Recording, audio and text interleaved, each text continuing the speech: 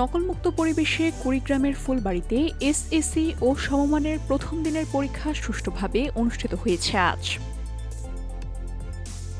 ২১ April সকাল ১০টায় শাহবাজার AH ফাজিল মাদ্রাসা কেন্দ্রে কুরআন মাজিদ প্রথম পত্র পরীক্ষার মধ্য দিয়ে শুরু হয় এবারের পরীক্ষা কার্যক্রম। এ কেন্দ্রে উপজেলার ১৬টি মাদ্রাসার শিক্ষার্থীরা অংশগ্রহণ করেন। কেন্দ্র সূত্র থেকে জানা গেছে, এদিন মোট ৩৮৯ জন পরীক্ষার্থীর মধ্যে ৩৭৬ জন পরীক্ষার্থী অংশ নেয় এবং ১৩ জন অনুপস্থিত থাকে।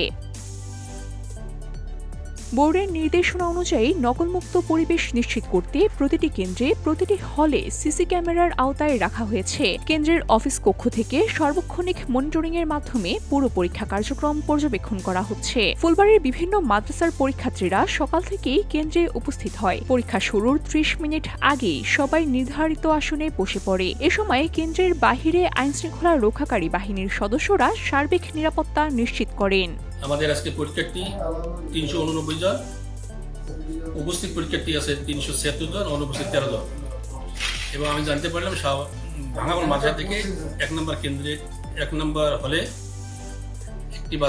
একটা বাচ্চা প্রতিবন্ধী অবস্থা রয়েছে, কিন্তু সে সরকারের কাছে আবেদন না করার কারণে বোর্ডে আবেদন না করার কারণে আমরা তার বিশেষ সুবিধা দিতে পারতেছি না। শাহবাজার এএইচ ফাজিল মাদ্রাসা কেন্দ্রের কেন্দ্র সচিব মোহাম্মদ নজরুল ইসলাম মিয়া জানান, আজ কুরআন মাজিদ প্রথম পত্র পরীক্ষায় ৩৮৯ জন পরীক্ষার্থীর মধ্যে ৩৭৬ জন অংশ নেয় এবং ১৩ জন অনুপস্থিত থাকে। ১ নম্বর হলে একজন প্রতিবন্ধী পরীক্ষার্থীকে সাধারণ শিক্ষার্থীদের সঙ্গে পরীক্ষা দিতে দেখা গেছে। তিনি কোনো বিশেষ সুবিধার জন্য আবেদন করেনি। আবেদন করলে বোর্ডের নির্দেশনা অনুযায়ী ব্যবস্থা নেওয়া হতো।